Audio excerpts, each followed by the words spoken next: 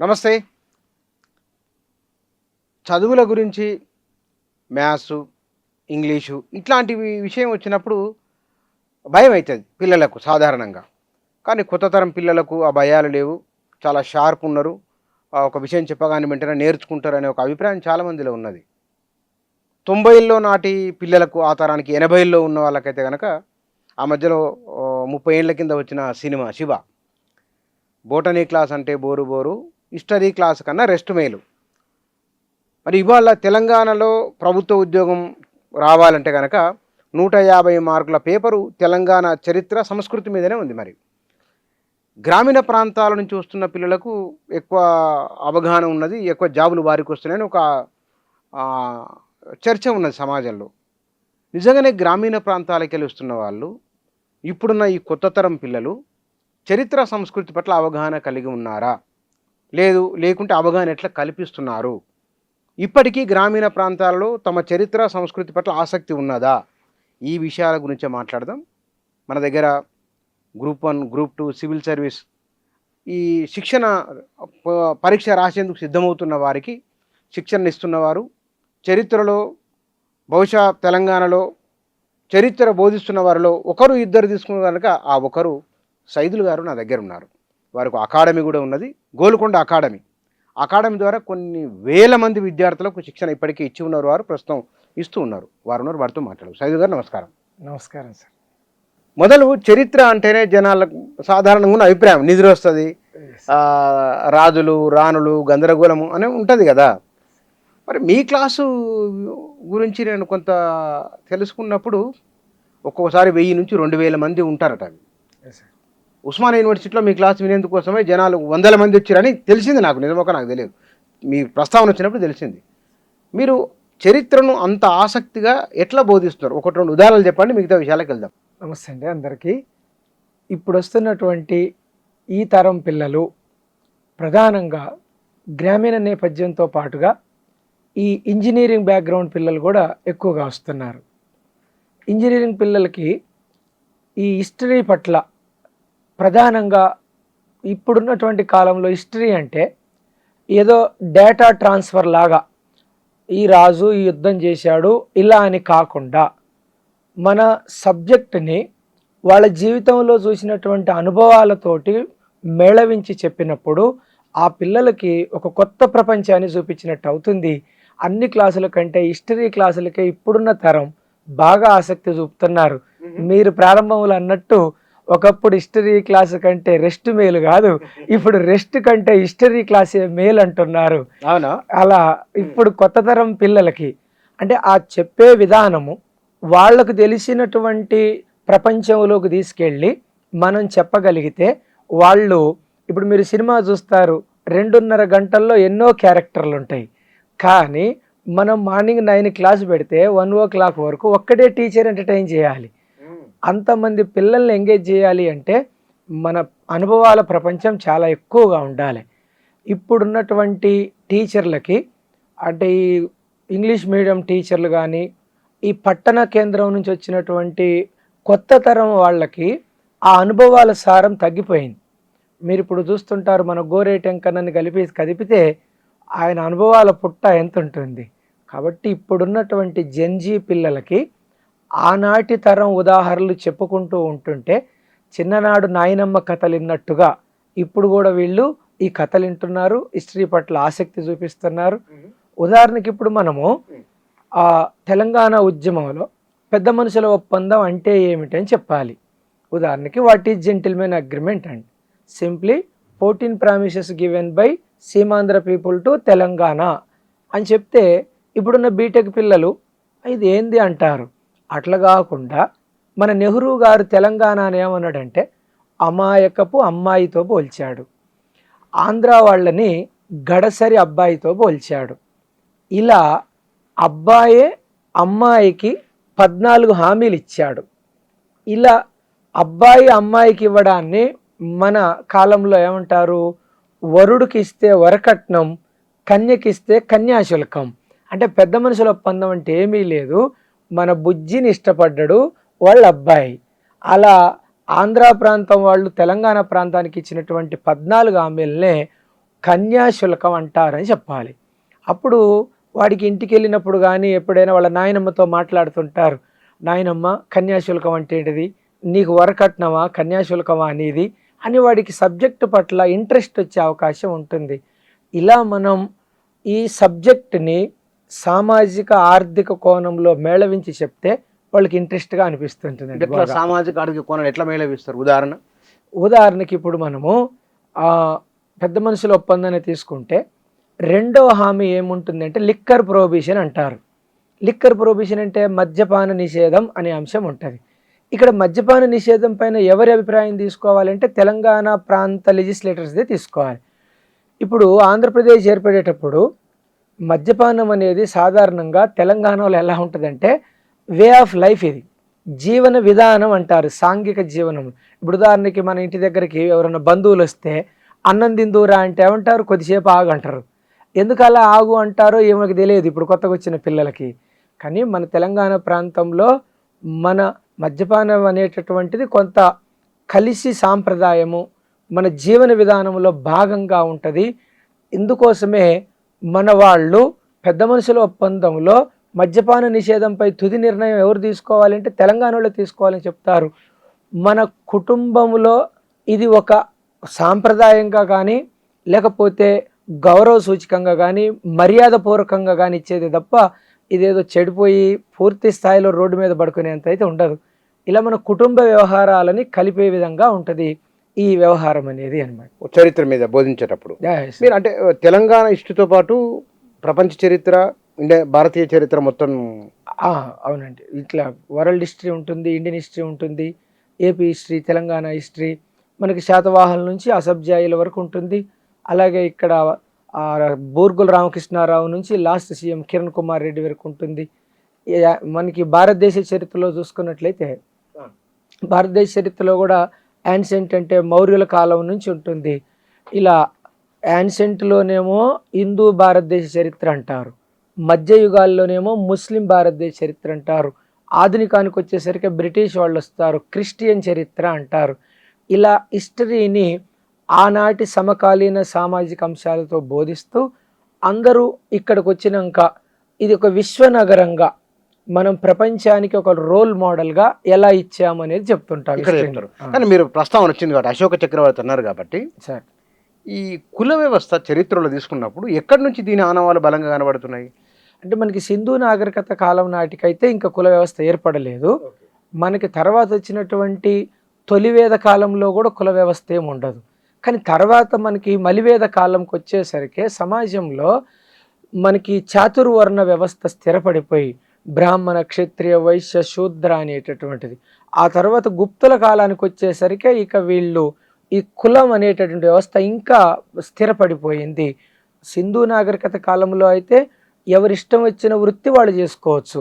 ఉదాహరణకు ఆడ ఇంట్రడక్షన్ రాస్తారు, మా నాన్న కార్పెంటరు, మా అమ్మ డాక్టరు అని. అక్కడ ప్రొఫెషన్ బేస్డ్ సమాజం ఉంటుంది. తర్వాత మలివేద కాలానికి వచ్చేసరికి కులాలు స్థిరపడినాయి. ఒకళ్ళు ఈ కులంలో పుట్టాడంటే ఈ వృత్తే చేయాలి అనేటువంటిది వచ్చింది. అది అలా కుల వ్యవస్థ అనేది గుప్తుల కాలం నాటి బాగా స్థిరపడిపోయిందండి. అది గుప్తుల కాలం నాటికి ఈ వ్యవస్థ ఈ అంశాల పట్ల గ్రామీణ, అర్బన్ ఈ రెండు ప్రాంతాలను తీసుకున్నప్పుడు ఎవరికి అవగాహన కొంత ఎక్కువ ఉన్నది అంటే ఇక్కడికి గ్రామీణ ప్రాంతాల్లో వాళ్ళకి బారాబలూతా సిస్టమ్ అని ఉంటుంది. బారాబలూతా అంటే 12 కుల వృత్తుల వాళ్ళు ఉంటారు ప్రతి ఊరికి. ఉదాహరణకి సాకలి, మంగలి, మాదిగ, గౌడ, గొల్ల అనేటువంటి కుల వృత్తులు ఉంటాయి. వాళ్ళు ఆ కుల వృత్తుల నుంచి వస్తారు కాబట్టి వాళ్ళకి ఆ వ్యవస్థ మీద మంచి పట్టు ఉంటుంది. కానీ ఇప్పుడు మీరు అర్బన్కి వచ్చినట్టయితే చూడండి ఏమైపోతుంది, మనం బార్బర్ షాప్కి వెళ్తే అక్కడ ఖచ్చితంగా నాయి బ్రాహ్మణులే కటింగ్ చేయాలని ఏమీ లేదు. కొంత ఇక్కడ ఆధునిక వ్యవస్థలో మార్పు వచ్చింది. అందుకని ఇప్పుడు దీన్ని ఏమంటారంటే రూరల్ అర్బన్ కలిసి రర్బన్ అయింది. ఇది అలా రర్బన్ జనరేషన్ డెవలప్ అవుతుంది ఇప్పుడు. కాబట్టి గ్రాడ్యువల్గా ఈ పట్టణ కేంద్రానికి వచ్చినప్పుడు కుల వ్యవస్థ కొంత తక్కువగానే ఉందని చూడాలి. ఓకే, అంటే డౌట్లు అడుగుతున్నారు ఈ తరం పిల్లలు. అడిగితే ఏ తరహా డౌట్లు ఎక్కువ అడుగుతున్నారు అంటే కుల వ్యవస్థ మీద అని మొత్తమే సబ్జెక్టులో, చరిత్రలో, రాజులు, రాణులు, ఎకనామీ, పాలిటిక్స్ వీటి మీద. సాధారణంగా ఇక్కడ ఏమడుగుతున్నారు పిల్లలు అని అంటే ఏ రాజవంశములోనైనా కామన్ మ్యాన్కి, సామాన్య మానవుడికి స్వర్ణయుగం ఉందా? మంచి క్వశ్చన్. ఆ, ఎవరో పిల్లలు అడుగుతున్నారు. పిల్లలు అడుగుతారు. ఓకే. గుప్తుల యుగం స్వర్ణయుగం అంటారు. సార్ నిజమేనా ఇది? నిజంగా స్వర్ణయుగం అంటే సమాజంలోని అన్ని వర్గాల వాళ్ళు అభివృద్ధి సాధించారా? అన్ని వర్గాల వాళ్ళు అభివృద్ధి సాధిస్తే ఈ సామాజిక అసమానతలు ఎందుకు ఉన్నాయి? స్వర్ణయుగం అంటే ఏ కోణంలో చూస్తారు? అంటే ఇప్పుడు పాలకుల దగ్గర ఉన్న వాళ్ళకే స్వర్ణయుగమా, పాలితులకు కూడా స్వర్ణయుగం ఉంటుందా? మా తాత ముత్తాతలు వెట్టి చాకిరి చేసిన వాళ్ళు ఉన్నారు, వాళ్ళకి ఎట్లా స్వర్ణయుగం అవుతుంది సార్ అంటున్నారు పిల్లలు. కాబట్టి ఏ కాలంలోనైనా సమాజంలో అట్టడుగు వర్గాల వాళ్ళకి అది స్వర్ణయుగం ఏనాడు కాలేదు. అది యాన్షియంట్ ఇండియా, ప్రాచీన భారతదేశం నుంచి నేటి వరకు కూడా చూడండి, పాలనలో ప్రభావం చూపగలిగే వాళ్ళకే స్వర్ణయుగం. మిగిలిన వాళ్ళందరికీ కూడా మీరు చూస్తుంటారు, ఉస్మానియా యూనివర్సిటీలో అటుకులు బుక్కి మంచినీళ్ళు దాగి ఉస్మానియా బిస్కెట్లు నీళ్ళల్లో అద్దుకొని తిన్నటువంటి విద్యార్థులు ఉన్నారు. కాబట్టి స్వర్ణయుగం అనేది సాహిత్యపరంగా స్వర్ణయుగం ఉండొచ్చు, అలాగే ఆర్థిక పరంగా ఎగుమతి దిగుమతులు ఎక్కువగా ఉన్నప్పుడు స్వర్ణయుగం ఉండొచ్చు. అది పాలకులకు అది అట్లా. కామన్ మ్యాన్కు మాత్రం ఎప్పుడు కష్టాలే, ఇది తప్పనటువంటిది ఎప్పుడు కూడా. నిజాం కాలంలో అయితే దాదాపు మనకి 84 రకాల పన్నులు వేసేవాళ్ళు. నిజాం కాలం 84 రకాల శిస్తులు ఉండే. దీని ప్రధాన ఉద్దేశం అంటే ఏంటంటే, ఇప్పుడు బ్రిటిష్ వాళ్ళు కూడా మనకి 3 రకాలైనటువంటి భూమి శిస్తులు ఉంటాయి అన్నమాట. ఈ శిస్తులన్నీ ఏంటిది అంటే, కామన్ మ్యాన్ దగ్గర ఆర్థిక వనరులు ఉండకూడదు. సాధారణంగా ఏం చేస్తారు, పంట పండిన తర్వాత ఆ మిగుల్ని ట్యాక్స్ రూపంలో తీసుకుపోవాలి. ఎవరి దగ్గర అయితే డబ్బులు నిల్వ ఉంటాయో వాళ్ళ నెక్స్ట్ ఏం పొలిటికల్గా రావాలనుకుంటారు. ఇప్పుడు మీరు ఊర్లో చూడండి, మామూలుగా ఉన్న వాళ్ళకి వాళ్ళ పొలం పక్కన బైపాస్ రోడ్డు వచ్చింది అనుకో, ఒకేసారి కోటి ఇచ్చినాయి, ఏం చేస్తారు అనువు అంటే వచ్చేసరి సర్పంచ్కి పోటీ చేస్తా అంటారు పిల్లలు.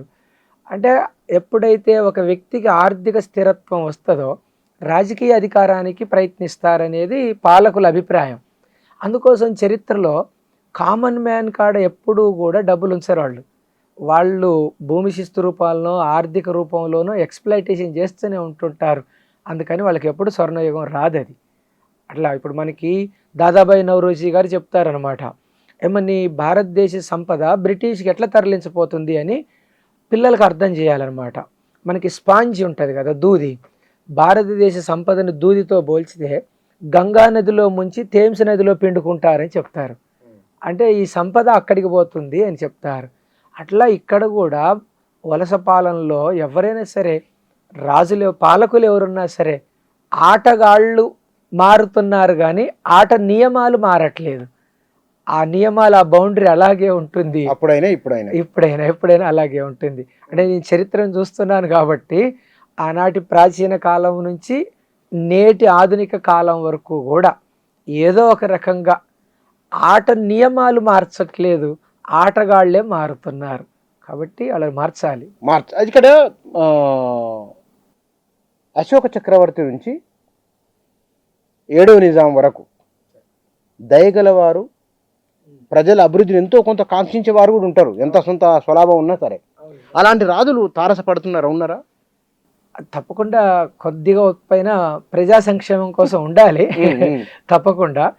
ఇప్పుడు ఉదాహరణకి మనకి 7వ నిజాంని అందరూ విలన్గా చూస్తారు కొంతవరకు, కానీ ఆయన యాంగిల్లో కూడా ఇక్కడ మనకి విద్యా సంస్కరణలు చేపట్టారు, సాగునీటి రంగంలో కూడా చాలా రకాలైనటువంటి డ్యామ్లు కట్టించారు. కాకపోతే 1946 నుంచి రజాకారు వ్యవస్థ డెవలప్ అయిన తర్వాత అక్కడ కొంతవరకు యాంటీ నిజాం బాగా అభివృద్ధి చెందింది. ఎందుకంటే ఆయన స్వతంత్ర దేశంగా ఉండాలనుకున్నాడు. అలా స్వతంత్ర దేశంగా ఉండాలి అనుకునే క్రమంలో వాళ్ళు డిఫెన్స్ ఎక్స్పెండిచర్ పెంచారు. అలా డిఫెన్స్ ఎక్స్పెండిచర్ పెరగటంతో ప్రజల మీద భారం బాగా పెరిగిపోయింది. అంటే కొంతవరకు ఎక్కడైనా సమకాలీన సమాజంలో సంక్షేమానికి కొంత నిధులు ఉంటాయి. ఇప్పుడు అశోకుడి కాలంలో మనం ఇప్పుడు చూస్తున్నాం, ఈ రోజుల్లో రోడ్డు వేయటం అనేది చాలా తక్కువ. ఆ రోజుల్లోనే అశోకుడు రోడ్లు వేయించాడు, రోడ్డు పక్కన మనకి ఆశ్రమాలు కట్టించాడు, చెట్లు నాటించాడు అని చెప్తుంటారు. అలా మనకి ముస్లిం కాలకుల్లో కూడా అక్బర్ ఉంటాడు, ఆయన సర్వమత సమాన అభివృద్ధిని చూసి దీని ఇలాయి అనేటటువంటిది, అన్ని మతాలు సమానంగా ఉండాలి అని పెట్టాడు అన్నమాట. అట్లా ప్రజా సంక్షేమాన్ని కోరుకునే వాళ్ళు ఉంటారు. ఎప్పుడైతే డెమోక్రసీలో ఎలా ఉంటుంది అంటే అభివృద్ధి సంక్షేమం రెండు కళ్ళ లాంటివి ప్రభుత్వానికి. అందుకే మనకి ఈటెల రాజేందర్ అన్న ఆర్థిక శాఖ మంత్రిగా ఉన్నప్పుడు ఎప్పుడు అంటుండేవాడు, మా ప్రభుత్వానికి అభివృద్ధి సంక్షేమం రెండు కళ్ళ లాంటివి అంటాడు. అభివృద్ధి అంటే ఏంటిది? మనకి డ్యాములు కట్టడం, స్కూళ్ళు కట్టడం, మంచినీటి వసతులు ఇవ్వటం, అది అభివృద్ధి. సంక్షేమం అంటే ఏంటిది? వృద్ధాప్య పింఛన్లు ఇవ్వటం, ఎరువుల సబ్సిడీలు ఇవ్వటం. ఇవన్నీ ఎప్పుడు ఉంటాయి అంటే డెమోక్రసీలో ఉంటాయి. డిక్టేటర్షిప్ అంటే నియంతృత్వంలో రాజుల కాలంలో కొంతది తక్కువ ఉంటుంది. ఎందుకంటే వాళ్ళకి ఎప్పుడు ఎవడు యుద్ధం చేయడానికి వస్తాడో తెలియదు. ఇక్కడంటే 5 సంవత్సరాల వరకు బాధ లేదు, డెమోక్రసీ కాబట్టి. వాళ్ళు ఎప్పుడు రెడీగా కంటింజెన్సీ ఫండ్ పెట్టుకోవాలి, మిలిటరీని మెయింటైన్ చేయాలి, అవన్నీ ఉంటాయి కాబట్టి సంక్షేమానికి ఆడ కొద్దిగా తక్కువ ఉంటాయి. ఇప్పుడు మీరు చూడండి, చైనా వాళ్ళు మన మీద యుద్ధానికి వస్తారు. నిజంగా యుద్ధం చేస్తాడని కాదు వాళ్ళు, మనము ఈ వృద్ధాప్య పింఛన్లకో లేకపోతే రైతు బంధుకో ఇవ్వాల్సిన నిధులు తుపాకులు కొని పెడతారు వాళ్ళు. మన డబ్బు ఏమవుతుంది? తుపాకీ కొని ఆడేస్తాం. అది ఏమైనా ఉపయోగపడుతుందా? ఏమి ఉపయోగపడదు. అంటే ఇది ఇంటర్నేషనల్ పాలసీలో సంక్షేమానికి ఖర్చు పెట్టాల్సిన డబ్బుల్ని తీసుకుపోయి డిఫెన్స్కు పెట్టి అభివృద్ధి చెందకుండా చూస్తుంటారు. అదొక రకమైన ఎత్తుగడ అది. వాళ్ళకి ఆక్సాయిచినో చిన్న ప్రాంతం వచ్చి ఏం కాదు, కానీ ఎప్పుడు నిన్ను యుద్ధ వాతావరణంలో ఉంచితే ప్రజల మీద నువ్వు దృష్టి నిలపలేవు. అందుకే పక్కనున్న రాజ్యాలు ఎప్పుడు యుద్ధాల్లో మునిగిపోతాయి. అట్లా ఎందుకు ఈ డిఫెన్స్కే ఎక్కువ ఖర్చు పెడతారంటే ఎప్పుడు ఎవడు దాడి చేస్తాడో తెలియదు, అందుకోసం అలా ఉంటుంది. అదొక స్ట్రాటజీ అనమాట. అదొక స్ట్రాటజీ. ఓకే, మనం ఈ వజ్రాలు రత్నాలు రాసులకు పోసి అమ్మేవారు అని మనం చాలా మంది సోషల్ మీడియాలో బాగా వస్తున్నాయి. ఫలానా వారి కాలంలో రత్నాలు రాసులు పోసి అమ్మేవారు. కుతుబ్షాహీల కాలంలో ఇక్కడ గోల్కొండ ఏరియాలో మనకి సోల, మాణిక, గిద్దెలని ఉండేవి. అట్లా రత్నాలు ఇక్కడ అమ్మినటువంటి ప్రాంతం ఇది. కొన్నదెవరు అనేటటువంటిది మంచి క్వశ్చన్ అడిగారు. ఆనాటి ప్రజలకు ఆ స్తోమత ఉందా, కొనగలిగేటువంటి స్తోమత ఉందా అన్నప్పుడు మన కాడ ఏం జరిగేది అంటే, తెలంగాణ ప్రాంతము డెక్కన్ ప్రాంతం అన్నమాట. డెక్కన్ ప్రాంతం అంటే మనది మినరల్ రిసోర్సెస్ సెంటర్ ఇది. అట్లాగే మనకి ఆదిలాబాద్ అడవులు కానీ ఇవన్నీ మన కాడ అగ్రికల్చర్ బేస్డ్గా ఉన్నటువంటి స్పైసెస్ కానీ, మన కాడ పత్తి కానీ ఇవన్నీ బాగా పండేది అనమాట. దాంతో ఈ వ్యాపారం ఎక్కువగా నడిచేది. శాతవాహనుల కాలంలో మీరు చూస్తుంటారు, తెరచాప ఓడ గుర్తు కలిగిన నాణ్యాలు వేశారు, మనకి కోటిలింగాల్లో దొరుకుతాయి ఇవన్నీ అనమాట. ఇలా ఈ ప్రాంతంలో ఏం జరుగుతుంది అంటే ఒక ఎకనామిక్ యాక్టివిటీ, ట్రాన్సాక్షన్ బాగా జరుగుతుండేది. అలా ఫారిన్ నుంచి వచ్చినటువంటి వాళ్ళు ఎక్కువగా మన వస్తువులని కొనుక్కొని వాళ్ళ దగ్గరున్న ఇక్కడ ట్రాన్సాక్షన్ చేసుకుంటూ పోయేది. అలా జీవనోపాధి బాగా ఉండేది. విదేశీ వ్యాపారులు బాగా వచ్చేవాళ్ళు ఇక్కడికి. మనకు కాకతీయుల కాలంలో తీసుకున్నప్పుడు లేదా కుతుబ్షాహీలు అంతకు ముందున్న వారి కాలంలో, ఎవరి కాలంలో తమదైన ముద్రను వేసిన వారు, ఎవరి కాలంలో కుల ప్రస్తావన లేకుండా పరిపాలన సాగించిన వారు ఎవరున్నారు? అంటే సాధారణంగా కులం అనేటటువంటిది క్షత్రియులు పాలకులు అనేది ఉండేది. కానీ కాకతీయుల కాలానికి వచ్చేసరికి ఏం జరిగిందంటే సామాజిక మార్పులో అప్పటికి 1000 ఏళ్ల కిందనే శూద్రులు పాలకులు అయ్యారు. అంటే కాకతీయులని శూద్ర వంశంగా గుర్తిస్తారు. అలా బ్రాహ్మణ సమాజం మీద ఉన్నటువంటి ఆధిపత్యం క్రమంగా క్షీణించింది. తర్వాత క్షత్రియులు, తర్వాత వైశ్యులు ఎప్పుడు పాలకులు కాలేదు, అది తక్కువగానే ఉండేది. శూద్రులు మాత్రం కాకతీయుల కాలం నాటికి పాలకులుగా ఎదిగారు. అంటే సామాజిక పిరమిడ్ ఇట్లా తిరగలైపోయింది. బ్రాహ్మణ, క్షత్రియ, వైశ్య, శూద్ర నుంచి శూద్రులు పాలకులయ్యేటువంటి క్రమానికి వచ్చింది. ఆనాటికి మనకి సమాజంలో మంచి మార్పులు అయితే వచ్చినాయి. అట్టడుగు వర్గాల వాళ్ళకి ప్రాధాన్యత లభించింది. సాహిత్యంలో కూడా మనకి చూసుకున్నట్టయితే అక్కడ దొమ్మరి ఆట అనేది చాలా ఫేమస్ ఉంటుంది. దొమ్మరోళ్ళ ఆటకి కూడా కవితా వస్తువు అయింది కాకతీయుల కాలంలో. అట్లా దిగువ కులాలకు చెందినటువంటి ఆ కాలంలో అంటే జానపద సాహిత్యం బాగా అభివృద్ధి చెందింది. జానపదం అంటేనే దానికి ధర్మకర్త అనేది ఎవరు ఉండరు, అందరితో నోట వచ్చినటువంటి కలుపుతుంటుంటారు. అలా తెలంగాణ ప్రాంతమే జానపద కళలకు కానాసిగా ఉంటుంది. కాబట్టి మనకి ఈ ప్రాంతంలో కాకతీయుల కాలం నుంచి మాత్రం ఈ పాల్కురికి సోమనాథుడు కాకతీయుల కాలం నుంచి అట్టడుగు వర్గంలో ఉన్నటువంటి ప్రజలదే కథా వస్తువు అయింది. అంటే వీరశైవ ప్రభావము. వీరశైవ ప్రభావం ఒకటి. ఇక్కడ సాధారణంగా ఏంటి అంటే ఆనాటి సమాజంలో వైష్ణవిజమేమో భూస్వాముల పార్టీ, అది శైవమేమో వ్యవసాయ కూలీలది. అది ఇట్లా శైవమేమో మనకి వెస్టర్న్ ఇండియాలో ఉంటుంది, పశ్చిమ భారతదేశంలో. అంటే ఈస్టర్న్ ఘాట్స్ తర్వాత వర్షాలు రావు.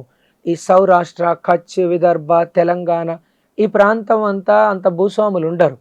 మీరు పశ్చిమ బెంగాలు, ఆంధ్ర, తమిళనాడు చూడండి, ఈ గోదావరి, గంగా అన్ని బంగాళాఖాతంలో కలిసిపోయే ముందు అక్కడని డెల్టా ప్రాంతాలు ఏర్పడతాయి. అక్కడ భూస్వాములు ఉంటారు అన్నమాట. అలా వైష్ణవిజం ఎప్పుడు కూడా ఏం చేసిద్దంటే శాంతిని ప్రబోధించిద్ది. ఇటువైపు మన వైపు ఏమో ఈ అగ్రికల్చరల్ లేబరర్స్ ఆకలితో ఉండి వీరశైవం, హింస, అలా ఎప్పుడూ కూడా ఇది యుద్ధాన్ని ప్రేరేపించేటట్టు ఉంటుంది. అందుకే వైష్ణవిజం మీరు పాటలు చూడండి, నిన్న అంటారు, అంటే శాంతియుతంగా ఉండాలని చెప్తారు.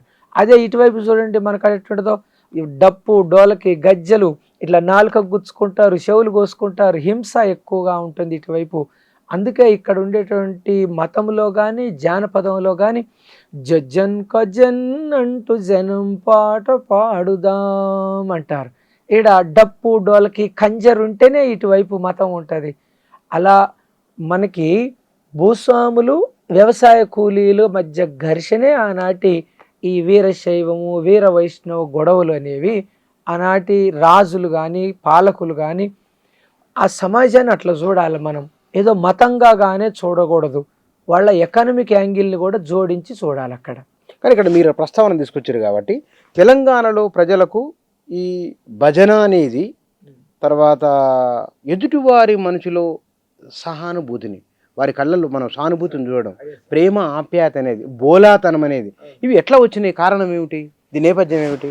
ఇక్కడ మన కాడ ఎప్పుడైనా సరే అండి, మనం పేదరికంలో ఉన్నంత వరకు ఎప్పుడైనా సరే మనం ఫీల్ అయ్యేది ఎదుటివాడు కూడా ఆ కష్టంలో ఉంటే మరే మనవాడే అనుకుంటారు. ఇక్కడంతా కూడా పెద్ద పెద్ద కుటుంబాలు లేవు, ఆర్థికంగా పెద్దవాళ్ళు లేరు. ఈ భూస్వామ్య వ్యవస్థలో మీకు ఉదాహరణకు సూర్యాపేట దగ్గర ఎర్రపాడు దేశముఖ్ ఉంటాడు.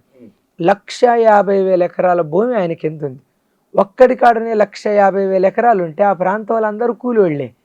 అంటే ఒకటి బాధను ఒకడు పంచుకోవటం ద్వారా, సమాజంలో ఎవరిని చూసినా అదే బాధలో ఉండటం ద్వారా ఇదంతా ఒక విశ్వమానవ సౌభ్రాతృత్వంగా నీ బాధ నా బాధే, నా బాధ నీది అన్నట్లుగా ఆ పేదరికంలో నుంచే వీళ్ళకి ఆ సహానుభూతి అనేటటువంటిది, మన కుటుంబం లాగానే వాళ్ళ కుటుంబంలో కూడా ఇబ్బంది పడుతున్నారు, ఒకరికొకరు తోడుండాలనే ఫీలింగ్ డెవలప్ అయ్యింది ఇక్కడ.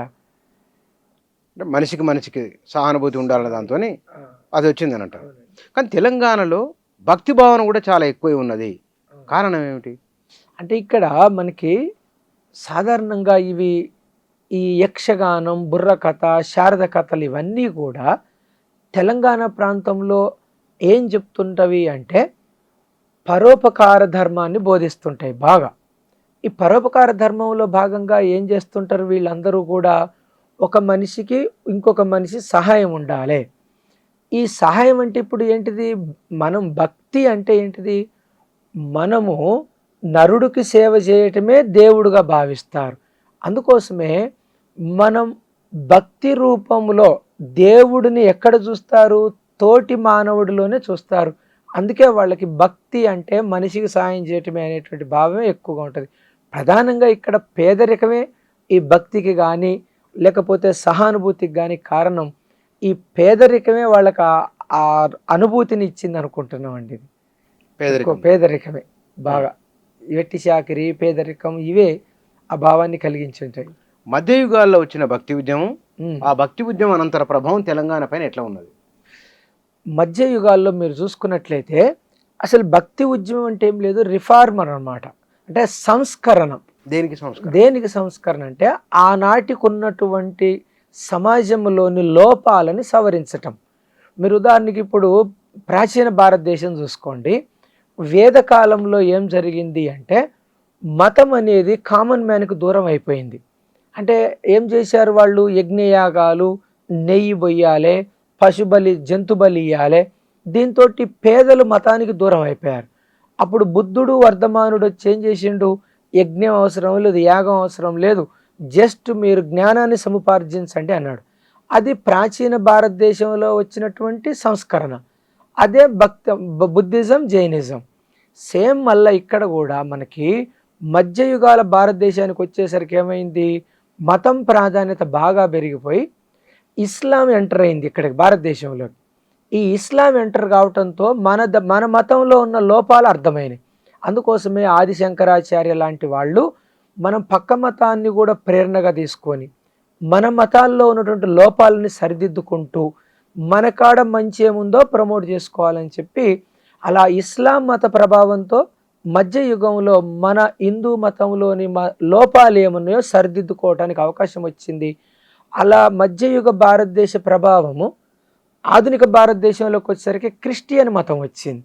అలా క్రిస్టియన్ మతంలోని మంచిని స్వీకరించటం, ఆనాటికి మళ్ళీ మన మతంలోని లోపాలని సరిదిద్దుకోవడం. ఉదాహరణకి మనకి ఇప్పుడు ఇక్కడ ఇస్లాం మతంలో ఏకారాధన ఉంటుంది, అంటే దేవుడు ఒక్కడే అనేటువంటిది. మన గురునానక్, కబీర్ వీళ్ళందరూ కూడా మనకి 3,000,000 దేవతలున్న ఈ ప్రాంతంలో ఇంతమంది దేవతలొద్దు, లేకపోతే నిరంకారుడు, దేవుడికి రూపం లేదు అనేటటువంటి ఒక ప్రభావం వచ్చింది. గ్రామీణ ప్రాంతాల్లో ఒక రాయి పెడతారు, ఇదే ఎల్లమ్మ అంటారు, ఇదే పోషమ్మ అంటారు. అలా విగ్రహారాధన ఉండాలా ఉండకూడదా, దేవుడికి రూపం ఇవ్వాలా ఉండకూడదా అనేటటువంటి ఒక చర్చ మాత్రం ఇక్కడ వచ్చింది.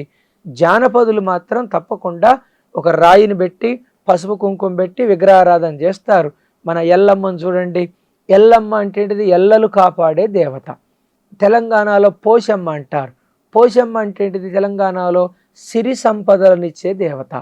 అట్లా ఈ ప్రాంతంలో విగ్రహారాధనని మాత్రం ఎవరు మార్చలేదు. జానపదుల్లో ఇప్పటికీ ఆ సాంప్రదాయం ఉంది. మనకి ముత్యాలమ్మ, ఈడారమ్మ అని ఇలా విగ్రహారాధన మాత్రం ఉంది. ఈ మత ప్రభావంతో విగ్రహారాధన కొంతవరకు తగ్గింది అని చెప్పవచ్చు అన్నట్టు. తెలంగాణ అనగానే మనకు పచ్చి పులుసు, తర్వాత నాన్ వెజ్, ఎందుకు ఇంత ప్రయారిటీ ఉన్నాయి? దేశమంతా తింటారు, కానీ ఎందుకు ఒక బ్రాండ్ అయిపోయింది? తెలంగాణలో పేదవాడి బిర్యానీ అంటారు పచ్చి పులుసు. అంటే పేదవాడికి బిర్యానీతో సమానం అది. సాధారణంగా తెలంగాణలో ఏంటి అంటే మనవి జాగ్రఫికల్గా చూసుకుంటే క్షార స్వభావం ఉన్న భూములు ఎక్కువయ్యి, క్షారముకి ఆమ్లం కలపాలి. ఆమ్లం అంటే ఏంటిది, చింతపండు కానీ ఒక టమాటా కానీ వేయాలి. అప్పుడు అవి రెండు తటస్థీకరించబడి భోజనం షడ్రుచోపేతంగా ఉంటుంది, లేకపోతే ఈనో తినాల్సి వస్తుంది. అలా ఈ ప్రాంతం అంతా కూడా నేల స్వభావం కూడా క్షార స్వభావం ఉండటం ఒక కారణం. రెండవ కారణం ఏమిటి అంటే మంది మెట్ట ప్రాంతంలోనే చింత చెట్లు ఎక్కువగా ఉంటాయి. అందుకోసం మన వాళ్ళు ఊర్లలో పచ్చి పులుసుని ఇప్పటికి కూడా మన నాయనమ్మలు చేస్తుంటారు. బొగ్గుల మీద ఎండుమిరపకాయలు వేసి కల్లులు ఉప్పుతోటి ఇట్లా పిసుకుతారు. దాంతో తింటే మనకి చాలా రుచికరంగా ఉంటుంది. ఇప్పటికీ కూడా తెలంగాణ ప్రాంతం అంటేనే చింత చెట్ల ప్రాధాన్యత ఎక్కువ ఉంటుంది కాబట్టి మన వాళ్ళందరూ కూడా దీనికి ఎక్కువగా అలవాటు పడి ఉంటారు. పేదవాడి బిర్యానీగా ఫీల్ అవుతారు దీన్ని, పచ్చి పులుసుని అనమాట. కానీ ఇక్కడ తెలంగాణ మిగతా ప్రాంతాల కంటే సాంస్కృతికంగా దీని స్వాభావికంగానే భిన్నమైనది అని అక్కడక్కడ మనం వింటూ ఉంటాం కదా. ఎట్లా భిన్నమైనది, దీని ఉనికి అస్తిత్వం ఎందుకు భిన్నమైనది, ఏంటి కారణం ఏమిటి? ఈ తెలంగాణ ప్రాంతంలో మనం చూసుకున్నట్లయితే ఆటపాట అనేది పని పాటల సంస్కృతి ఇది. అంటే సాధారణంగా ఒక పనిని నేర్పటానికి దానికి ఒక ప్రొఫెషనల్ ఉంటాడు, కానీ మనకాడ ఎట్లుంటుంది అంటే పనిని పాటల ద్వారా నేర్పుతారు. అందుకోసమే మన వాళ్ళు ఈ ప్రాంతంలో పని పాటల సంస్కృతి అని అంటారు. మన శుద్ధాల అశోక్ తేజ గారు చెప్తుంటారు, మనకి పాట అనేటటువంటిది పనిలో నుంచే పుట్టింది, ఏదో ఇక్కడ ప్రత్యేకంగా కూర్చొని పాట రాస్తాం అనేది ఉండదు. అందుకే మన వాళ్ళు చెప్తారు కదా, పిడకలు ఎట్టగొట్టాలని ఒక అమ్మ తన కూతురికి చెప్తుంటుంటుంది. మన వాళ్ళు చెప్తుంటారు, పిసుకుదు ఈ పెండ బీరా పువ్వోలే, సరసుదు ఈ పెండ సందామోలే అని తన కూతురికి పిడకలు ఎట్టగొట్టాలో చెప్పేది పాట రూపంలో చెప్తుంది అంటారు. ఇలా వారసత్వంగా జానపద రూపంలోనే ఒకరి నుంచి ఒకరికి పాటలు వచ్చినాయని చెప్తారు తప్ప ప్రత్యేకంగా ఇక్కడ సాహిత్యం అనేది ఒక కూర్చొని ఆలోచించి రాసేటట్టుగా ఏమి ఉండదు. వాళ్ళ అనుభవాల సారంలో నుంచే పాటలు వస్తాయని చెప్తారు. అందుకే ఇది ఎక్కువగా ఫోక్లర్ ఆర్ట్ అని చెప్తారు. మనకి ఒకసారి ఏమని చెప్తారంటే, ఒక ఆడపిల్ల గ్రామీణ నేపథ్యం ఉన్నటువంటి అమ్మాయి తన బావని కలుసుకోవటానికి పోతుంటుంది. కానీ అమ్మ ఆ బావని కలుసుకోవటానికి ఇష్టపడదు. వెళ్తున్న అమ్మాయిని పిలిచి ఏ పోరే యాడికి పోతున్నా ఉంటుంది. తెలంగాణలో పోరి పోరడా అని అంటుంటారు కాబట్టి అప్పుడు ఆ అమ్మాయికి బావ దగ్గరికి పోతున్నా అని చెప్పలేదు, అమ్మని కాదనలేదు. అమ్మ పిలిచి ఏంటమ్మా అని దగ్గరకు వచ్చినప్పుడు ఈ తొక్కు నూరు అంటది. తొక్కు అంటే పచ్చడి అంటారు కదా. పాపం ఆ అమ్మాయి ఆ రోడ్డు కాడ కూర్చొని తొక్కు నూరుకుంటూ అంటుంటది, నే తొక్కు నూరేది ఇక్కడ, నా తొక్కులాటంతా అక్కడ. అంటే ఆ తొక్కు అనేటటువంటి ఆ చిన్న పదంలో నుంచే తెలంగాణ సాహిత్యం కప్లెట్స్ అంటారు, 2 పదాల్లోనే భావాన్ని మొత్తం చెప్పేటటువంటిది, తన అనుభూతిని వ్యక్తం చేస్తుంది తప్ప పెద్ద పెద్ద సాహిత్య రచనలు ఏమి ఉండవు. అనుభవాల సారమే సాహిత్యం ఇక్కడ. చాలా బాగుంది. అంటే తొక్కు నూరేది ఇక్కడ, తొక్కులాడేది అక్కడ. అంటే మనసంతా అటువైపు ఉందని అర్థం. అట్లా అటువైపు ఉందని అంటారు. ఇక్కడ ఈ వ్యక్తీకరణ ఈ మధ్య మన తెలంగాణ ఫోక్ సాంగ్స్, జానపదాలు కోటాను కోట్ల వ్యూస్ వస్తున్నాయి కదా. ఇంత ఇంత సంపద, పద సంపద, ఈ వ్యక్తీకరణకు రీజన్ ఏమిటి? ఇక్కడ అనుభవాలేనండి. ఏదైనా మన ప్రధానంగా అరే ప్రతి భాషలో అనుభవాలు ఉంటాయి. భోజ్పూరి లేదా, రాజస్థానీ లేదా, అవును, తెలంగాణలో ఇన్ని కోట్ల వ్యూస్ ఏమిటి? భాషలను కూడా మీరు ఎంజాయ్ చేస్తున్నారు. కొన్ని పాటలకైతే క్రికెటర్లు కూడా చూసింటారు మీరు. అవునవును, రీల్స్ చేస్తున్నారు. అంటే ఇక్కడ మన పాటలో ఏముంటది అంటే ఒక రకమైనటువంటి రిథం ఉంటుంది. మన తెలంగాణ భాషనే ఇటాలియన్ ఆఫ్ ద ఈస్ట్ అంటారు. అంటే ఈ భాషలో సరిగమ పదానికి సంబంధించినటువంటి ఆ మూడు, అంటే బ్రెయిన్కి బాడీకి కలిపేటటువంటి ఒక రకమైనటువంటి రిథం ఉంటుంది. అందుకోసమే ఆ పాటని అన్ని భాషల వాళ్ళు ఎంజాయ్ చేయగలుగుతారు. ప్రపంచవ్యాపితంగా ఎక్కడున్నా సరే మన వాళ్ళది ఆ మనిషికి సంతోషాన్ని కల్పించేది. అప్పుడప్పుడు అంటారు కదా, నాటకాలు వేసే కాలు రోడ్డు కింద పెట్టినా ఆగదన్నట్టుగా మన పాట వింటే చాలు ఆ బాడీలో వైబ్రేషన్ వచ్చేంత పద సంపత్తి ఉంటుంది. అందుకోసమే మన వాళ్ళకి ఆ పాటలకు అన్ని రకాల వ్యూస్ వస్తున్నాయి. సాధారణంగా పాట అనేది మనది ఎట్లుంటుంది అంటే జీవంతో ఉంటుంది. ఆ జీవం లేకపోతే ఆ ప్రజల్ని కదిలించలేదు. ఈ ప్రాంతం నుంచి వచ్చే ప్రతి జానపదంలో కూడా ఆ జీవం ఉండటం వలనే మనం ఇప్పుడు శవానికి ఎంత అలంకరించినా దానికి అందం రాదు. ఇందులో జీవం ఉంటుంది కాబట్టి ఇంతమంది చూడగలుగుతున్నారు. జీవం లేని దాన్ని మనం ఎంత ప్రోత్సహించినా అది పెరగదు. అదండి ఇక్కడ ప్రధానమైనది. ఆ జీవం ప్రధానం ఇక్కడ వచ్చే పాటల్లో. కానీ మీ ఇప్పుడు వచ్చే పిల్లలకు సెల్ ఫోన్లు చూడండి ఉండలేరు వాళ్ళు. కానీ కొన్ని గంటల పాటు కూర్చోవాలి కదా. మరి మీరు వాళ్ళను పాటలు వాడేమన్నా చెప్తాను సందర్భాన్ని పాటలు పాడతా చెప్పేటప్పుడు? అంటే ఇక్కడ తెలంగాణ మనకి సాధారణంగా తెలంగాణ ఉద్యమం ఎక్కువగా ఉంటుంది. ఇందులో మనం పాటల్లో కూడా ఎట్లా ఉంటుంది అంటే ఫస్ట్ ఎంటర్టైన్మెంట్గా స్టార్ట్ చేస్తారు, చివరికి వచ్చేసరికి పోరాటాన్ని చెప్తుంటారు. ఉదాహరణకి ఇప్పుడు మన గద్దర్ అన్న పాట ఉంటుంది మనకి. ఇందులో నక్సలిజం అని ఒక చాప్టర్ ఉంది అనమాట. గ్రూప్ 1 గ్రూప్ 2 రెండింటికి ఉంది. నక్సలిజం యొక్క ఆవిర్భావం, భూస్వామ్య వ్యతిరేక పోరాటాలు. దాన్ని చెప్పేటప్పుడు చాలామంది ఇప్పుడు నేను చూసిన పిల్లల్లో ఎంప్లాయీస్ పిల్లలు, అర్బన్ పిల్లలే ఎక్కువ ఉన్నారు. వీళ్ళకి నక్సలిజం యొక్క మూలాలు తెలియదు. ఆనాడు రాడికల్ స్టూడెంట్ యూనియన్ వాళ్ళు అంటే ఏంటిదో తెలియదు. అలాంటి పిల్లలకి ఇంట్రెస్టింగ్ కల్పించడానికి మనం ఒక పాట పాడుకుంటూ ఆ పాట సారాన్ని చెప్పి పోరాటం అంటే ఏంటిదో చూపిస్తారనమాట. ఉదాహరణకి ఇప్పుడు మనకి మన గద్దర్ అన్న పాట, మదన సుందారి మదన సుందారి సందేడు కురులాది జమిలి పాపడదో మదన సుందారి. మదన సుందరివి నువ్వు, నా మనసుకు నచ్చిన అమ్మాయివి. సందేడు కురులది అంటే అమావాస్య చీకట్లో ఎంట్రుకలు ఎంత నల్లగా ఉంటాయో నువ్వు అలా ఉంటావు. జమిలి పాపెడదంటే మనకి నెమలికి ఎట్లయితే నున్నటి తల ఉంటుందో నీకు కూడా అలా ఉంటుంది అని చెప్పి పిల్లల్ని ఏదో బ్యూటీ గురించి చెప్తున్నాడు అని నిదానంగా పాటల ద్వారా క్లాసుల్లోకి తీసుకొచ్చినాక మనకి లాస్ట్కి వచ్చేసరికి ఆ పాటలో ఏం చెప్తారంటే కామందు నీ మీద కన్నేసినాడే మదన సుందారి అంటాడు. అంటే ఆ ఊరు పటేలు నీ మీద మోజుపడ్డాడు, జాగ్రత్త అని చెప్పుకుంటూ ఆ కామందు కళ్ళల్లో జిల్లేళ్ళు బడవో మదన సుందారి అంటాడు. అంటే ఆడి కళ్ళల్లో జిల్లేళ్ళు పడితే రెటీనా దెబ్బతింటది, మళ్ళీ ఎవడి జోలికి పోడు, ఎవడిని చూడడని చెప్పి నీ అందాన్ని వర్ణించుకుంటూ పోరాట రూపాన్ని చివరికి చెప్తారు. అట్లా మనం పిల్లలకు కూడా ఎంటర్టైన్మెంట్గా చెప్పుకుంటూ ఇప్పుడున్నటువంటి సాహిత్యంలో ఎలా ఈ ఉద్యమంలోకి జనాన్ని తీసుకొచ్చారు, ప్రజా చైతన్యాన్ని ఎలా కల్పించారనేటువంటి అంశాలని జోడిస్తే ఈ బీటెక్ పిల్లలు కానీ పట్టణ ప్రాంత పిల్లలకి ఆనాటి సమాజం ఎట్లా ఉంది అనేది అర్థమవుతుంటుంది, వాళ్ళకి ఇంట్రెస్టింగ్గా క్లాస్ వింటుంటారు బాగా. ఇప్పుడు మీరు స్పెషలైజేషన్ ప్రపంచ చరిత్రనా, భారతదేశ చరిత్రనా, లేదా తెలంగాణ చరిత్రనా, ఇందులో మీరు స్పెషల్? ఇప్పుడు ఇండియన్ అంటే ఇక్కడ ఉన్న సిలబస్లో ఇండియన్ హిస్టరీ, తెలంగాణ మూమెంట్ ఉంటుంది. ఎన్ని మార్కులు దీనికి? దాదాపు 220 మార్కులు ఉందండి. 220 మార్కులు. సో చాలా క్రియాశీలకమైంది. దీన్ని బాగా వస్తేనే జాబ్ కొట్టగలుగుతారు. 4 పేపర్లో దాదాపు ఇదే మనకి 1.5 పేపర్ ఇదే ఉంటుంది అన్నట్టు. తెలంగాణ ఉద్యమ చరిత్ర, తెలంగాణ ఉద్యమ చరిత్ర, తెలంగాణ చరిత్ర. ఓకే. ఇప్పుడు మీ దాంట్లో ట్రైనింగ్ పొందిన వాళ్ళకు ఎన్ని మార్కులు వచ్చినాయి ఆ పేపర్లో? మనకి అవుట్ ఆఫ్ 150 150కి 138 మార్కులు వచ్చినాయి మన పిల్లలకి. అవునా? 138. ఇప్పుడు డిప్యూటీ తహసీల్దార్లుగా చాలా మంది పనిచేస్తారు. మీ శిష్యులు? అవునండి, తెలంగాణ వ్యాప్తంగా. అలాగే సబ్ రిజిస్ట్రార్లు ఉన్నారు. మొన్న గ్రూప్ 1లో డిఎస్పి ఉన్నారు. ఇప్పుడు మహబూబాబాద్ మున్సిపల్ కమిషనర్గా మన స్టూడెంటే ఉన్నాడు.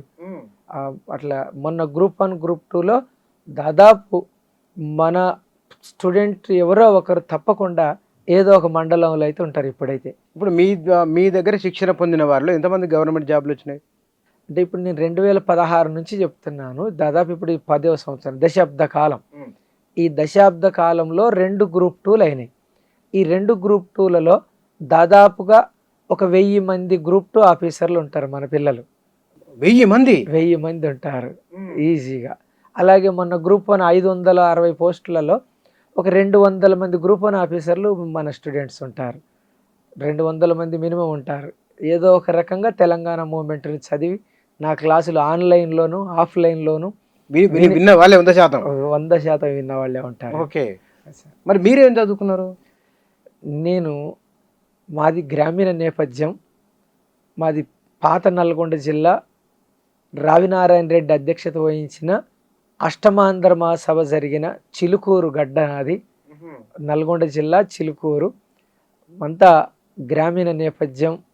జెడ్పిహెచ్ఎస్ స్కూల్లో చదువుకొని ఉస్మానియా యూనివర్సిటీలో పీజీ చేసినాక నాకు సివిల్ సర్వీసెస్ చదవాలనేది నా కోరిక.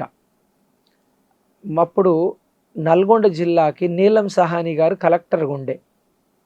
ఒకరోజు మా ఇంటి దగ్గర ఒక కార్యక్రమానికి వచ్చారు ఆవిడ. ఆమెను చూసి కలెక్టర్ కావాలని కలలు కన్నాను. ఏ రకంగానైనా కలెక్టర్ జాబ్ సాధించాలనుకున్నాను. దానికి మనసా వాచ కర్మన ప్రయత్నించాను. కానీ చివరి ప్రయత్నంలో అంటే చివరి మెట్టు వరకు పోగలిగాను, కానీ విజయం సాధించలేకపోయాను. అంటే ఇంటర్వ్యూ వరకు పోయాను. అట్లా చివరి ఢిల్లీలో ఉన్నాను 2.5 సంవత్సరాలు కరోల్ బాగ్లోనే. అక్కడే నా ప్రయత్నంగా నేను చేశాను. ఇక్కడ బాజీరామా, అక్కడ మనకి పురి గారని పబ్లిక్ అడ్మినిస్ట్రేషన్ ఉంటుంది, స్పెషలైజేషన్ అక్కడ. ఆ సబ్జెక్టు హిస్టరీ, పబ్లిక్ అడ్మినిస్ట్రేషన్ చదువుకున్నాను. ఆ జ్ఞానంతో ఇక అశోక్ నగర్కి వచ్చి ఇక్కడ కోచింగ్ సెంటర్ నేను కాలేకపోయాను. నా స్టూడెంట్స్నైనా తప్పకుండా ప్రభుత్వ అధికారిని చేయాలి అని. తెలంగాణ ప్రాంతంలో ఎట్లుంటుందండి, ఒక గవర్నమెంట్ జాబ్ 10 ఎకరాల భూమితో సమానం. ఇక్కడ గవర్నమెంట్ జాబ్కి ఎందుకు క్రేజ్ అంటే సంపన్నులు భూస్వాముల పిల్లలు ఉండరు ఇక్కడ. అందరూ కూడా దిగువ మధ్య తరగతి వాళ్ళు, లేకపోతే కూలీల పిల్లలే ఎక్కువగా వస్తారు. ఇప్పుడున్నటువంటి ఏం జరుగుతుంది అంటే ఈ ట్రెండ్లో ఈ యూట్యూబ్ వీడియోలు చూస్తున్నారు. బాగా ఫ్యాకల్టీ కూడా ఎలా ఉన్నారు అంటే రీల్స్ మీదనే కాన్సన్ట్రేషన్ చేస్తున్నారు. వాళ్ళు రోజుకు 4-5 రీల్స్ చేయటమే తప్ప క్లాసులు చెప్పేవాళ్ళు లేరు. ఈ గ్రామీణ నేపథ్యం ఉన్న పిల్లలు ఆ యూట్యూబ్ వీడియోలు చూసి వచ్చి క్లాసులో జాయిన్ అయిన తర్వాత వాళ్ళకి అర్థమవుతుంది ఇక్కడ నిజమైన సబ్జెక్ట్ ఎవరు చెప్తున్నారు అని. అట్లా నష్టపోయిన పిల్లలే ఎక్కువగా నా దగ్గరకు వస్తున్నారు. దాంతో మళ్ళా వాళ్ళకి సరే అయిపోయింది ఏదో అయిపోయింది అని చెప్పి మన స్థాయిలో మనం సహాయం చేస్తున్నాం, మంచి సబ్జెక్టుని అందిస్తున్నాం. అది అంటే మీరు ఏజ్ బ్యార్ అయిన కారణంగా మళ్ళీ అటెంప్ట్ చేయలేదా? నా ఏజ్ అయిపోయిందండి అక్కడికి. ఇంటర్వ్యూ వరకు పోయారు. ఇంతే, అక్కడ పాస్ అయితే కలెక్టర్ అయిపోయేదండి. ఐదులు బెల్లంకొండ ఐఏఎస్ అవ్వాలనేది కోరిక ఉండే. కానీ అంటే నేను ఎందుకు అట్లా అనుకున్నానంటే మనకి ఐఏఎస్ అయితే యూపీఎస్సి కొడితే రాష్ట్రపతి సంతకం ఉన్న అపాయింట్మెంట్ ఆర్డర్ వచ్చింది. భారతదేశ ప్రథమ పౌరుడు రాష్ట్రపతి సంతకం అనమాట, మామూలు విషయం కాదు. మనది ఏంటి తాటాకుల గుడిసె, అమ్మ మేస్త్రి, నాన్న తాటి చెట్లు ఎక్కుతాడు. నాకు అనిపించేది అన్నట్టు ఈ తాటాకుల గుడిసెలో రాష్ట్రపతి సంతకంతో ఉన్న ఆ అపాయింట్మెంట్ లెటర్ని ఇంట్లో పెట్టాలి. నా కోరిక అలా ఉండేది. అంటే ఒక కూలీ కొడుకు కూడా కలెక్టర్ కాగలడు, ఇక్కడ ప్రతిభకి పేదరికం అడ్డు కాకూడదు, మన జ్ఞానాన్ని చూపించాలి అనుకొని పోరాడాం. నా ప్రయత్నం అయితే చేశాను. దానికి ఇక అదృష్టం కూడా కొంతవరకు ఉండాలి. అదృష్టం కూడా ఉండాలి. అదే దైవానుగ్రహం ఉంటే అది అయ్యేది. అవునండి, అవును. అంటే మీరు చరిత్ర విషయం మనం మాట్లాడుతున్నాం అంటే మొన్న ముఖ్యమంత్రి ఒక మాట అన్నారు, హిట్లర్ స్ఫూర్తి అన్నారు. అవును. మరి మీకు దొరికిన ఆధారం ఏమన్నా ఎట్లా స్ఫూర్తి? ఇక్కడ మనకి రెండో ప్రపంచ యుద్ధం జరిగిపోయిన తర్వాత 1944 నుంచి తర్వాత ప్రపంచంలో ఫాసిస్ట్ దేశాలంటే నియంతృత్వ స్వభావం ఉన్నవన్నీ పోయి ప్రజాస్వామ్యం వచ్చింది. వుడ్రో విల్సన్ ప్రకారం ప్రజల చేత, ప్రజల కొరకు, ప్రజల యొక్క సంక్షేమానికి పాటుపడేవాళ్ళు రావాలి. మనకి ఇక్కడ భారతదేశంలో ప్రజాస్వామ్య పాలకులు సీఎంలు. ప్రజాస్వామ్య పాలకుడికి నియంత ప్రేరణ కాకూడదు అసలు, ఎట్టి పరిస్థితుల్లో అది మంచిది కాదు. ఇక్కడ ప్రజల చేత ఎన్నికైన ప్రభుత్వానికి ఒక నియంత నాకు ఆదర్శం అంటాం అనేది అది అసలు ప్రజాస్వామ్యానికే అది చెడ్డ పేరు, మూల సూత్రానికి విరుద్ధం. అది ప్రజాస్వామ్యం అంటే ప్రజల చేత ఎన్నికైన ప్రతినిధి ఉండాలే తప్ప ప్రజల్ని హింసించేటటువంటి వాడే నాకు ప్రేరణ అంటే నువ్వు దేనికి ప్రతినిధివి ఇక్కడ అనే ప్రశ్న వస్తుంది. కాబట్టి అది ప్రజాస్వామ్య పాలకులు వాళ్ళని ప్రేరణగా కానీ ఉదాహరణగా కానీ తీసుకోకూడదు. ఏదైనా సీఎం గారికి మనసులో ఉంటే ఉండొచ్చేమో కానీ బయటికి చెప్పకుండా ఉంటే బాగుండేది. అది కానీ అంటే దాచుకోకుండా చెప్పిండు ఆయన. ఎందుకనో ఇప్పటికీ అర్థం కావట్లేదు. అవునండి, ఇది అయిపోయింది. రెండవ ప్రపంచ యుద్ధం తర్వాత ఇక ఆ నియంతలకి ఫాసిస్ట్కి ఇక్కడ లేదు. మనకి ఐక్యరాజ్య సమితి ఏర్పాటు చేసిందే ఎందుకు అంటే ప్రజాస్వామ్యాన్ని ప్రపంచవ్యాప్తం చేయాలని. అలా ప్రజాస్వామ్యాన్ని ప్రపంచవ్యాప్తం చేసే దేశాలలో ఆయన అసలు స్ఫూర్తిగా తీసుకోకూడదు. ఇప్పుడు వస్తున్నటువంటి తరం వాళ్ళే అసలు ఎవరు హిట్లర్ని స్ఫూర్తిగా తీసుకుంటే ఊచకోత కోసుకుంటూ పోతారు జనాల్ని. కాబట్టి ఒక ఉన్నత స్థాయిలో ఉన్నటువంటి వాళ్ళు అలాంటి రాంగ్ గైడెన్స్ని ఇవ్వకూడదు. ఇప్పుడు మనకు హిట్లర్, ముస్సోలిని ఎందుకు అట్లా తయారయ్యారు? వాళ్ళ కారణం ఏమిటి? హిట్లర్ గురించి కొంత చెప్తుంటారు, ముస్సోలిని గురించి ఎక్కువ తెలియదు. అవును, వాళ్ళ గురువు గారే ఆయన కూడా. వాళ్ళు కూడా వాళ్ళ గురువు గారే. అంటే ఆనాటి సమాజంలో ఎట్లుండేది అంటే కొంతవరకు ఇది మన తలరాత, అంటే మనకి పాలకుడు అనేవాడు పెట్టి పుట్టాలి అనేటువంటిది ఒకటి ఉండేది. తిరుగుబాటు నేచర్ అనేటటువంటిది కొంతవరకు తక్కువ ఉండేది. ఆ సమకాలీన ప్రపంచంలో కొద్ది మందే పాలకులుగా యాంబిషన్ ఉండేది. ఆ పాలకుడు కావాలని ఆ కిల్లర్ ఇన్స్టింక్ట్ ఉంటుంది చూడండి. ఇక ఆ రాజ్యాధికారం, ఆ సీటు రావాలనేదే తప్ప ఈ అభివృద్ధి, సంక్షేమం, ప్రజలు ఏమవుతున్నారు ఇవన్నీ ఏమీ ఉండవు. వాళ్ళ మనసులో ఒక్కటే కనపడుతుంది, సీటు. ఆ సీటుని ఎట్లనైనా సాధించుకోవాలి, దాని కొరకు తన సొంత బలగాన్ని తయారు చేసుకోవాలి. ఎవడైతే అపోజిట్ ఉంటాడో వాడిని నియంత్రించటమా, నిర్మూలించటమా. మనకు చూడండి, గరీబీ హటావు అంటే గరీబోంకు హటావు అన్నారు. అట్లా ప్రత్యర్థి వర్గాన్ని లేకుండా చేసే స్వభావం వాళ్ళకు ఉంటుంది. వాళ్ళ అదే స్కూల్ నుంచి వచ్చిన వాళ్ళకి అందరికీ అదే ఉంటుంది. సీటే కేంద్రం అనుకున్నప్పుడు వాళ్ళ అణిసివేత ధోరణి తొక్కుకుంటూ రావటమే వాళ్ళ స్వభావం ఉంటుందండి. ముస్సోలిని ప్రత్యేకతలు ఏమిటి అంటే ఆయన కూడా ఒక నియంత, కానీ మంచి రాచరికంలో వచ్చినటువంటి నియంత అనమాట. ఆయనకి ఎట్లాంటి అంబిషన్ ఉంటుందంటే, అంటే మనము ఒక దొంగ కత్తిని నూరేటప్పుడు మనం వాడి దొంగ స్వభావాన్ని చూడొద్దు, ఆ కత్తిని పదును పెట్టేటువంటి టెక్నిక్ని చూడాలి. అట్లనే ముస్సోలిన్ లాంటి వ్యక్తులు కూడా చాలా గ్రేట్ అంబిషన్ ఉన్నటువంటి వాళ్ళు. ఆయన్ని ఒకానొక సమయంలో ఆ రాజ్యం కోల్పోయి మొత్తం తను ఇక నా పని అయిపోయింది అని శత్రువు వాళ్ళ చేత అంతమైపోయిన దశలో ఆయన దశపై ఒక ఐస్లాండ్లో పెడతారు. ఇక ఇక ఈయన రాడు అనుకుంటారు శత్రువర్గం వాళ్ళు. కానీ కొన్ని వేల కిలోమీటర్లు ఈత కొట్టుకుంటొచ్చి మరీ మళ్ళీ రాజయ్యాడు. అంటే ఆనాడు ఇక నా పని అయిపోయింది అనుకునేటటువంటి వ్యక్తి కాదు. అది ఎక్కడో లోపల సముద్రంలో దీవిలో ఉన్నటువంటి వ్యక్తి. సాధారణంగా ఎవరికైనా చూస్తే ఇక నేను ఇక్కడే చచ్చిపోవాలి అనుకుంటారు. కానీ ఆ యాంబిషన్ ఉంటుంది చూడండి, మనిషిని తన లక్ష్యానికి ఏదో ఒక రకంగా తీసుకొస్తుంది.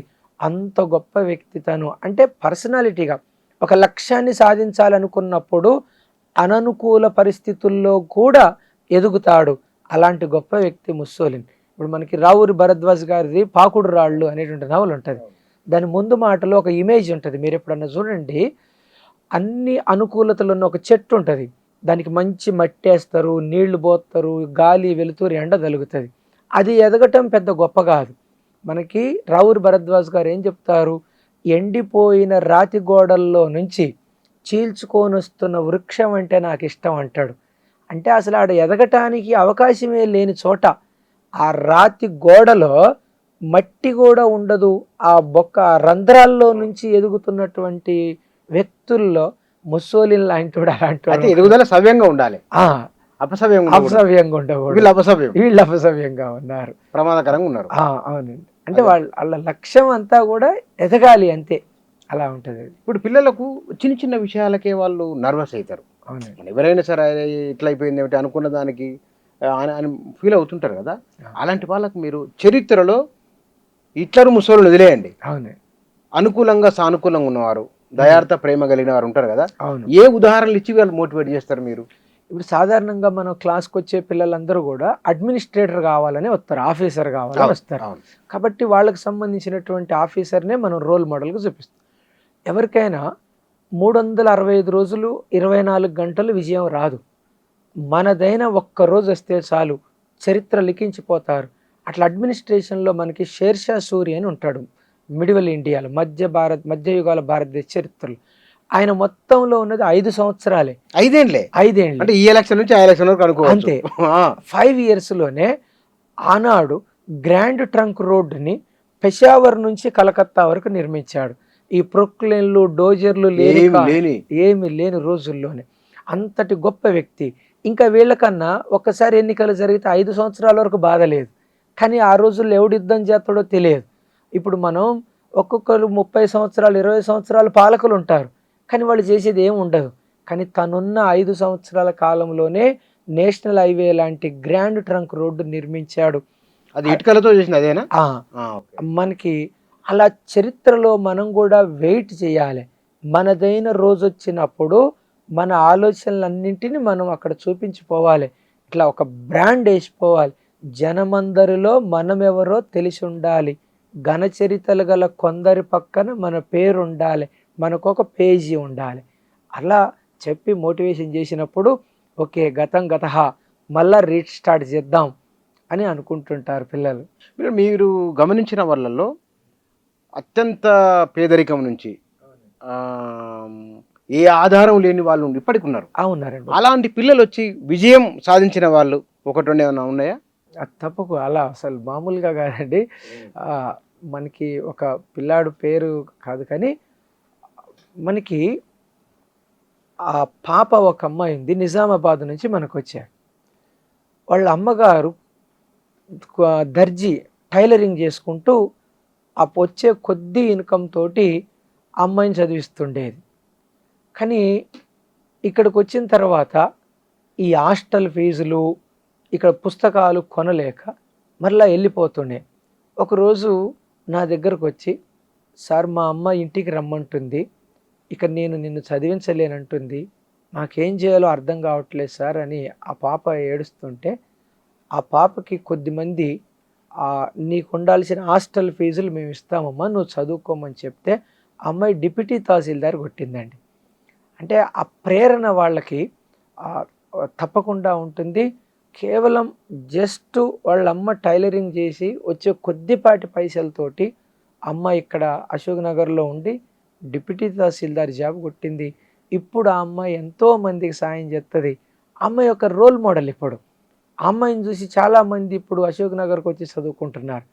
అంటే మనము మన వ్యక్తిగత విజయం అనేది మనకే లాభం చేకూర్చదు. అది సమాజంలో మన అమ్మాయిని చూసిన తర్వాత, అరే అమ్మాయి చదువుకుంది మీరెందుకు చదవలేరు, లేదా అక్క కొట్టింది నేను కూడా సాధించగలనని చాలామంది ఇప్పుడు ఆ అమ్మాయిని స్ఫూర్తిగా తీసుకొని వస్తున్నారు. అలాంటి వాళ్ళ చరిత్ర మాత్రం అశోక్ నగర్లో తప్పకుండా ఎప్పుడో ఒకసారి వస్తూనే ఉంటారు వాళ్ళు. అది చాలా వరకు ఇన్స్పిరేషన్గా ఉంటుందండి. డిప్యూటీ తహసీల్దార్ జాబ్ కొట్టింది, అద్భుతమైనటువంటి ప్రతిభ ఉన్న అమ్మాయి. ఇప్పుడు మీరు మీరు చెప్తారా? చెప్పు.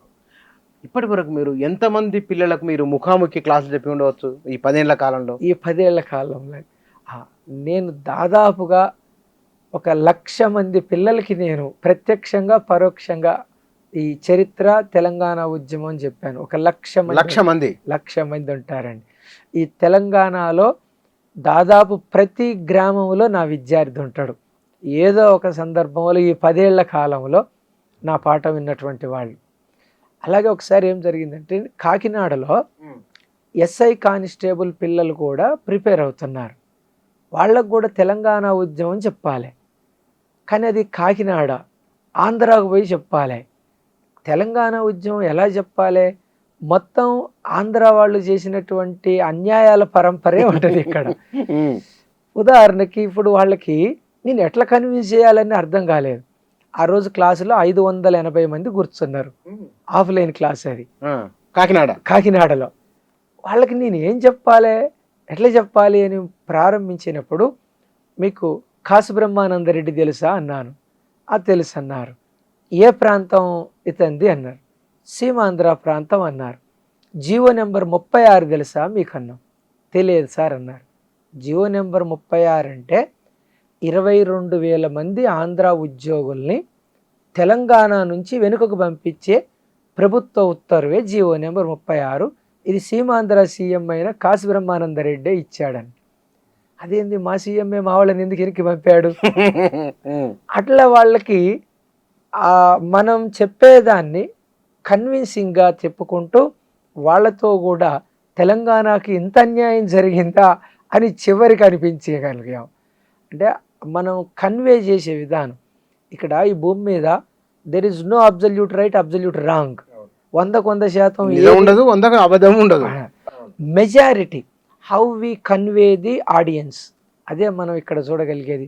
మన క్లాసులో కూడా మెజారిటీ అభిప్రాయాన్ని జరిగిన దాన్ని నిష్పక్షపాతంగా చెప్పగలగటమే నా టీచింగ్ యొక్క విజయ రహస్యం.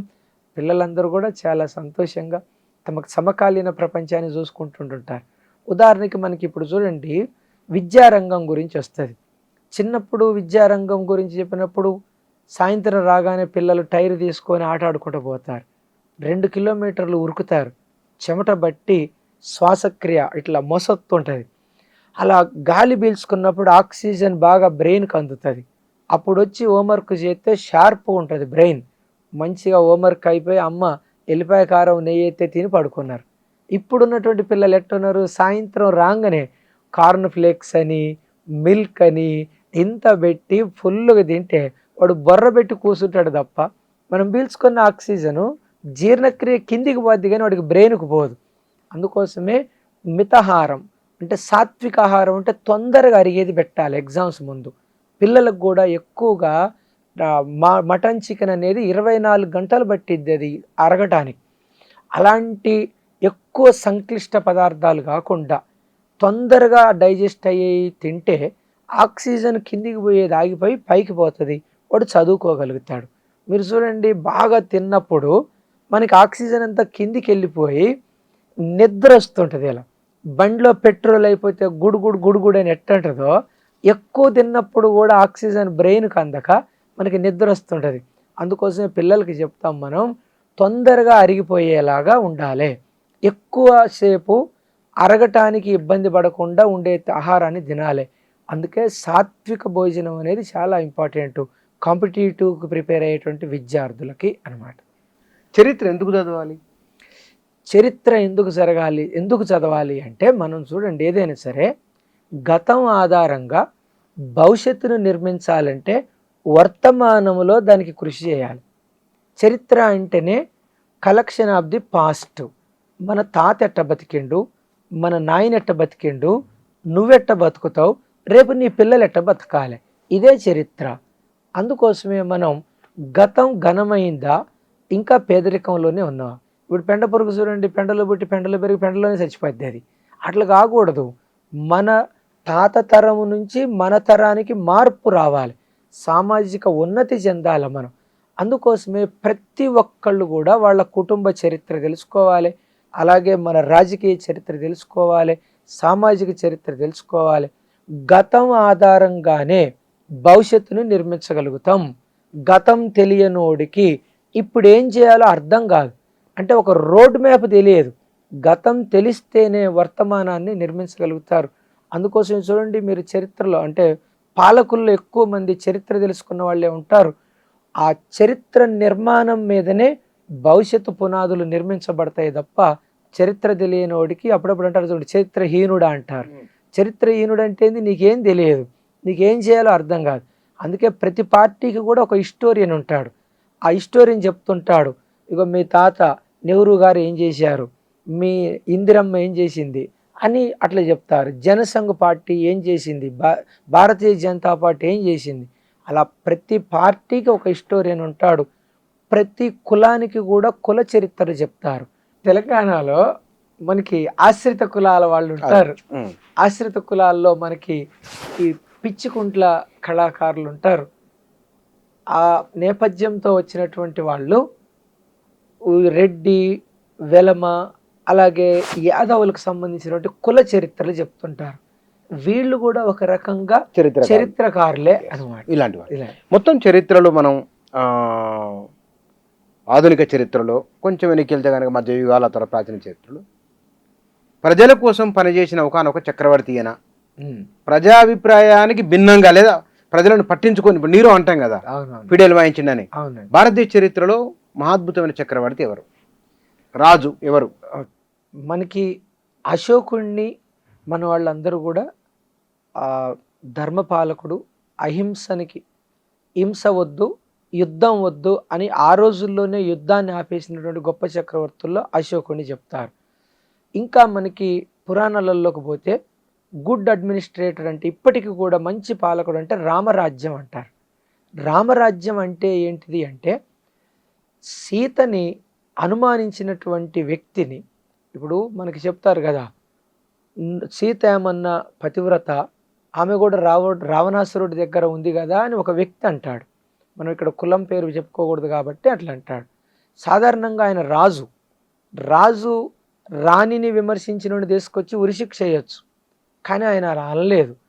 ఆ కామన్ మ్యాన్ ఒపీనియన్కి కూడా అభిప్రాయం విలువనిచ్చి, సీత నీ పాతివ్రత్యాన్ని నిరూపించుకోవాలని నువ్వు అగ్ని ప్రవేశం చేయి అంటాడు.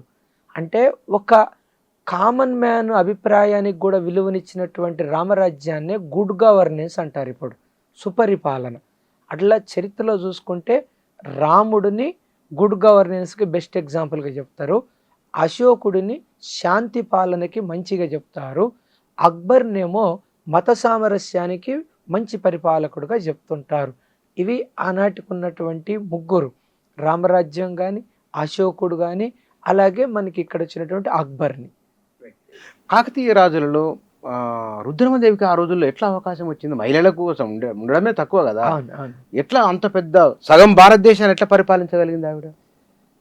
ఫస్ట్ మనలో ఎట్లా ఉండాలి అంటే, మనం స్త్రీయా పురుషుడా అనేది కాదు, మన వ్యక్తిత్వంలో ఎలా ఉండాలి అని అంటే ఒక ధైర్యం ఉండాలి. ఆ రోజుల్లో అనేది 1000 సంవత్సరాల కింద, 1000 సంవత్సరాల కింద ఒక మహిళ పరిపాలనలోకి రావడం మామూలు విషయం కాదు.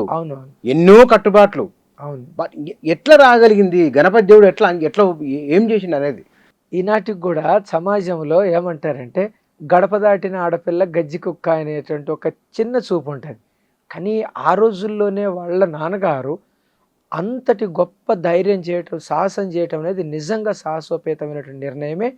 కాకపోతే అప్పుడున్నటువంటి సమకాలీన రాజ్యంలో తన వారసులు తప్ప ఇంకా ఎవరు తన పరిపాలనని, అంటే వాళ్ళు ఇచ్చినటువంటి గొలుసు కట్టు చెరువులు కానీ, రైతులకి, చిన్న స్థాయి వర్గాల వాళ్ళకి అందించినటువంటి సహాయాన్ని తన వారసులు తప్ప వేరే వాళ్ళైతే ఆ పరిపాలనని కొనసాగించలేరు.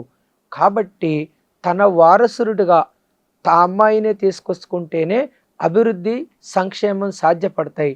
కాబట్టి ఆనాటి సమకాలీన సమాజంలో మొదటిగా నువ్వు ఆడపిల్లవు అనేటటువంటి అంశాన్ని ఆమెలో కలగజేయలేదు. నువ్వు కూడా ఒక మనిషివి అంతే.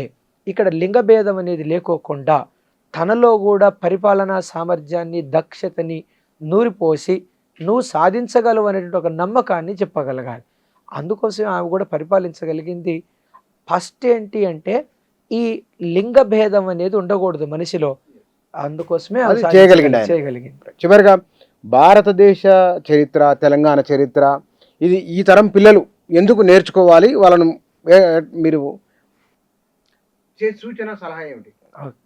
ఇప్పుడున్నటువంటి పిల్లలకి ఎప్పుడైనా సరే అండి, ఇప్పుడు మనము ఒక చరిత్ర అంటే ఏం చెప్తున్నాము? కలెక్షన్ ఆఫ్ ది పాస్ట్, గతాన్ని మళ్ళొక్కసారి స్మరించుకోవటమే అనమాట. ఈ చరిత్రలో ఏం జరుగుతుంది? రేపు నువ్వు కాబోయే పాలకుడివి, ఎవరు మంచి విధానాలను తీసుకురాగలిగారు, ఎవరు అభివృద్ధి సంక్షేమానికి ప్రథమ ప్రాధాన్యత ఇవ్వగలిగారు, ఇలాంటివి నేర్చుకున్నప్పుడు నీకు ఎవరో ఒకరు ఒక మనసులో ఇలా నేను పరిపాలించాలి లేదా ఇలా నేను ఉండాలి అనేటువంటి ఒక యాంబిషన్ కలిగి నీకు బోరు కొట్టినప్పుడల్లా ఆ పాలకుడో ఆ రాజు గుర్తొచ్చి మళ్ళా నేను కూడా అలా రేపు పరిపాలన అందించాలనుకుంటారు. ఆ ఇన్స్పిరేషన్ వాళ్ళ నుంచే వస్తుంది. అందుకే తప్పకుండా చదవాలి వాళ్ళని. రైట్ అండి, థ్యాంక్ యూ. చరిత్ర అధ్యయనము ఏమిటి? చరిత్ర అంటే ఏమిటి? ఇవాళ మాట్లాడుతున్నది, ఇవాళ జరిగింది, రేపటికి చరిత్ర. కానీ ఈ నడిచొచ్చిన దారి మనకు నేర్పుతున్న పాఠం ఏమిటి? ప్రధానమైంది.